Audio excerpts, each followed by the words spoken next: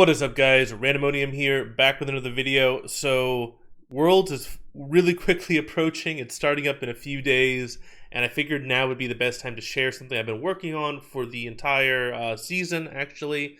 So, I've been tracking every single LCS, LEC, and MSI game, and what I've been looking at is I've been looking at team compositions. So, I made my team composition video over a year ago now, and I kind of wanted to put my team composition theories to the test and see whether or not they could actually hold some water. I decided to do that for the professional level. And also, I wanted to get a lot of really good footage for an updated team composition video that I'm hoping to do in early 2020. So yeah, I basically have been tracking every single game. That way I can pull footage of how each team composition matches up into each other. So you guys can get some more visual representations of how these team compositions are supposed to work.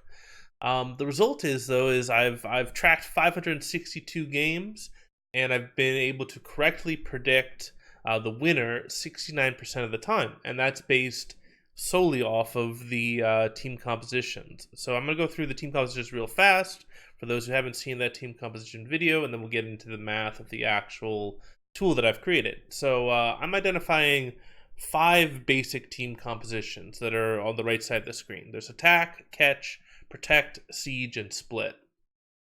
Each team composition is strong against 2 team compositions, and it's weak against 2 team compositions. The way I've oriented the graphic, each team composition is strong against the 2 compositions that are counterclockwise, and it's weak against the 2 team compositions that are clockwise. So attack compositions are strong against split and siege, and they're weak against catch and protect. And based off of that, I can say who I think the winner is going to be based off of who's got the team compositional advantage. So then, of course, there's always the opportunity or the possibility that it's a mirror matchup. It's attack versus attack, it's catch versus catch, something like that. If that happens, then I'm allowed to basically decide who I think the favorite is. So my choice only comes in when it's a mirror matchup, and usually I'm looking at individual picks, individual players, the team strength throughout the season or in the past season, things like that, in determining who I think has the advantage in a mirror matchup for team compositions. So yeah, here's basically how it works. So you can see I've got the winner, the loser, the week, the region, the prediction. So if it's a 0, that means my prediction was not correct. If it was a 1, then that means my prediction was correct. This win chance, this is basically kind of, I'm assuming both teams are like identical, like equal as far as strength is concerned, and I'm trying to calculate a win percentage based solely off of the team compositional differences. I wouldn't pay too much attention to that. That's kind of an experiment that I'm working on to try and see if I can actually get win chances that actually match reality, because I think that could be useful in the future. You can see that I've got what the team composition was for both the winning team comp and the losing team comp, and then there's a lot more data that goes along with this. I've got a bunch of different sheets. They've all got calculations on them, and if I zoom out of this spreadsheet, you can see that there's a lot of data associated with this stuff. There's a lot of calculations that are going on in the background in order to get that final result, which is whether or not I predicted things correctly. So I've been working on this quite a lot. If you look at the top of the screen, I know it's small text, but I'm on version 30 of this tool, and I think that I'll probably have 50 or more iterations before I finally feel like it's up to my standards. So yeah, it's kind of been an obsession of mine for the past year or so that I've been kind of working just for fun in my spare time, because I'm weird like that. But I think I've got a tool that's pretty good at this point in so far it's pretty good, I think. So yeah, I think that it's important to talk about, well, how do I figure out which team composition type each team is. So what I do is I look at each champion that the players choose. Each champion has 100 points that I can divide among 5 different team compositions.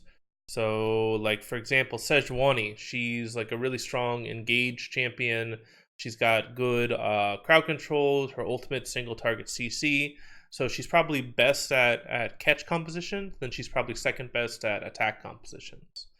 But like for example, like Ezreal is primarily a long range kind of poking champion. He's probably best in siege compositions. So I kind of wind up adding up all the different numbers I provide for each champion, add them all up, and whichever one has the most is like the overall team composition. But each team composition could be decent in multiple different areas. It's just I'm trying to identify which one's the primary one.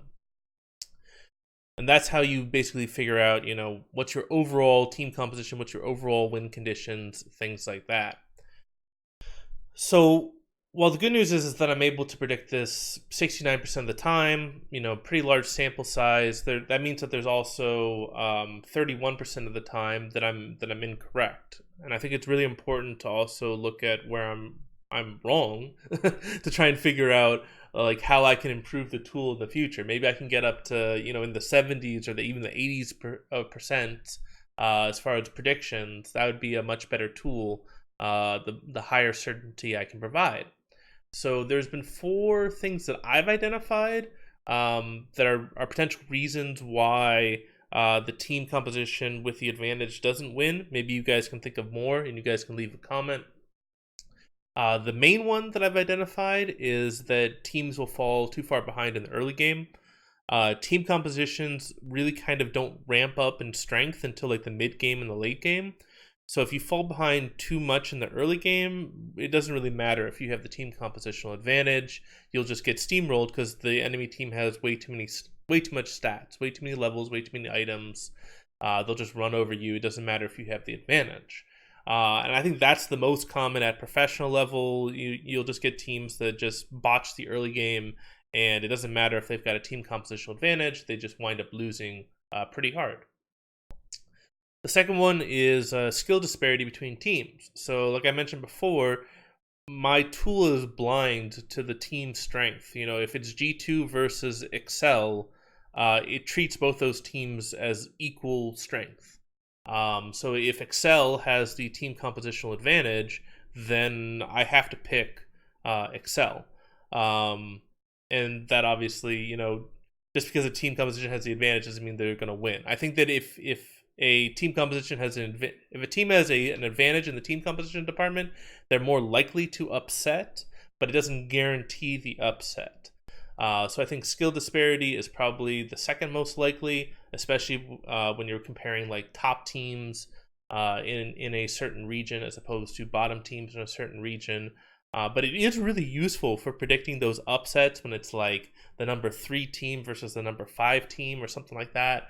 It can be really, really useful and help predicting those really, really kind of close matches. And I've noticed that a lot, actually. The third main one that the teams have, if they have a win condition or if they have a team compositional advantage, they don't win, is because they don't play to that win condition. I see this a lot. I think this happened in the SK versus Fnatic game, if I remember correctly. Fnatic had a catch composition, but they tried to 5v5 team fight into SK, which is not what catch compositions are supposed to do. So even pro teams sometimes have mistakes. They get caught up in the moment. They don't play to their win conditions, things like that. It can happen even at the professional level, and that results in teams losing even if they have an advantage. And the final one that I've identified is that there are times when a player will get so far ahead or so far behind that it will fundamentally kind of change the team composition in the middle of the game. So this happens a lot with protect compositions and split compositions. I've been noticing if you're playing like a single carry protect composition, like you're playing like a Juggermaw composition, and your Kog'Maw like gets horribly behind, it doesn't come online until 30 minutes or something like that, you can still lose that game. Likewise for split compositions, if your split pusher is behind, then they can't effectively split push, which means that you're going to struggle in that team composition. So yeah, that kind of are the 4 major ones that I've seen for when teams lose even when they have a compositional advantage. You guys might be able to identify others, but those are the 4 big ones that I've identified. I have also been tracking composition win rates and composition presence, which I think could be very useful going into Worlds to discuss strategies and counter strategies and things like that. So first up, we can see that Siege actually has the highest win rate among all the compositions so far, calculated at 58% win rate. Catch is right behind them at 56. The only team compositions that actually have a negative win rate is Attack and Split. Attack's got 46%, Split has got 35%. This might be because it's just really hard to execute a split push composition when you're at the professional level, because you have to get those split pushers ahead. And I think the reason why Attack is less than a 50% win rate is because it's got a huge presence. You can see it's almost 60% presence rating. And the ones that are the next most popular, Catch and Protect, are the second and the third most popular, and those both have advantages against Attack, and that drives Attack's win rate down. So you can see as far as the presence, almost 60% of the games is Attack. You got another 20% that is Catch, and then the final 20% or so is made up of Protect, Siege, and Split, with Split being the least popular. So what does this all mean? I would say that this means that you're most likely going to run into a team that's either Attack or Catch. You've got an 80% chance that the team is going to pick Attack or Catch. So why wouldn't you go towards Protect? I feel like Protect is definitely should be your initial leaning when you're drafting a team composition, and then if they wind up trying to draft something like a Siege or a Split comp, then you can go back towards Catch or Attack with your last few picks. But I think that teams are kind of sleeping on Protect comps a little bit too much, in my personal opinion. A lot of teams I've been seeing, they like really running Catch compositions, but they like to have a Split pusher. So if the Split pusher gets far enough ahead, they can transition to a Split comp.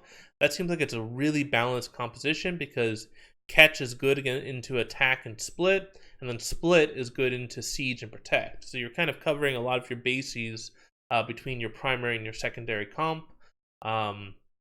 Definitely it's really cool to see how teams draft a primary and a secondary team composition, and how their win conditions change depending on who they decide to prioritize. I might try to go into more depth on that in a future video, but ideally you want to have team compositions that are not next to each other on the diagram. Here, let me pull that up again. So you wouldn't want a team that's Attack and Catch. You'd want a team that's Attack and Protect, or Attack and Siege, something that, so that way if you need to, you can pivot to your secondary comp, and that means you can counter more compositions, if that makes sense. So I think that's going to be kind of interesting, especially with how the top lane meta is, where the top lane meta is going more towards carry top laners. If you see more Protect comps rising up, you may see more Split comps rising up to counter them, which may drive people to go more towards Catch or Attack comps to counter the Split comps, and so on and so on and so forth. So I guess probably the questions a lot of people have is, okay, what am I going to do next with all this? I've got all this data. It seems like it's working pretty good. So what are the next steps? And I'm kind of at a crossing point. I definitely want to get your guys' feedback on what I can do. I definitely want to turn this into a website or an app eventually, some type of tool to help you guys. I don't think it's there yet. I've got all the data, but it's still very raw. It's not user-friendly. I'd like to package it in something that's a nicely user interface. I could make something like an Excel on Google Sheets, but we've seen how horribly wrong that can go in the past. With my Choose Your Own Champion tool, I ended up having to lock that thing down because people kept messing with it too much. But yeah, I definitely want to do something with this team compositions in the future. It might still be 6 months or a year off, but I definitely want to get your guys' thoughts on where I should devote my attention, since I don't have that much free time. But there's a couple different ways I can go. The first one is that I can look at, hey, I'm seeing this advantage at the professional level. Does this trickle down to solo queue and flex queue and things like that, Clash, amateur leagues, that kind of thing. My guess is that it does, but it's probably not going to be as prevalent, just because pros are way better at communicating and capitalizing on win conditions and really punishing teams, things like that. So it's probably not going to be 69%. It'll probably drop to 60% or maybe even 55%. But even that amount is really useful at the at the player level, because if you're winning a few more percentage points worth of games, if I can bump up your win rate from a 51 or 52% to like a 55 or a 56% win rate, you're going to climb off of that. You're going to gain an additional division or two by the end of the season just based off of that knowledge alone. So that can be really useful. Additionally, it also could be really useful in helping determine when you should dodge. Like knowing when to dodge is super important when you're trying to climb. And if I could create a tool that says, hey, you don't have the team composition advantage, your laners are in losing matchups, you probably want to dodge this one, that could be a very useful tool for people in the future. The next thing that I'm thinking about kind of exploring is, so I've calculated these win chances, and I've calculated like team compositional advantages, things like that, but I haven't really quantified what those team compositional advantages are worth. Like, how much gold is that team composition advantage worth? If it's 20 minutes into the game and you're 3,000 gold down, but you've got the team composition advantage, does that mean that you're actually more likely to win, less likely to win? Does that mean you're even? Like, what are your odds? What are your actual chances of winning when you're at a gold disadvantage, but you've got the team compositional advantage? Another thing to look at that I haven't considered yet is scaling. So not just the gold advantages, but also the scaling advantages. So let's say you've got the team compositional advantage, but the enemy team has got a bunch of really good scaling champions. What does that mean? Who's got the advantage? Is the team composition more important? Is the scaling more important? It'd be really nice to be able to quantify those type of things. And right now, I think kind of like that relationship is unknown.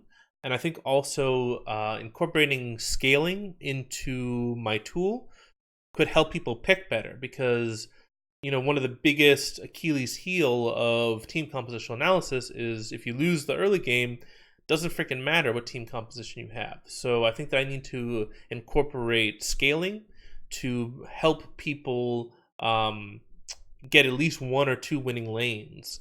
But I think that kind of like my problem has been in a lot of drafting is I go way too far into getting the right team composition. I don't consider the lane states, and that's something that I've learned is that you need to have at least one winning lane, preferably two, to get yourself through that early game. So that way your team composition can kind of take over from there. And then the fourth thing that I definitely am thinking about looking into is looking into how gold distribution across a team will change the team composition. So, for example, let's say you've got a catch composition, but your top laner is playing a split pusher.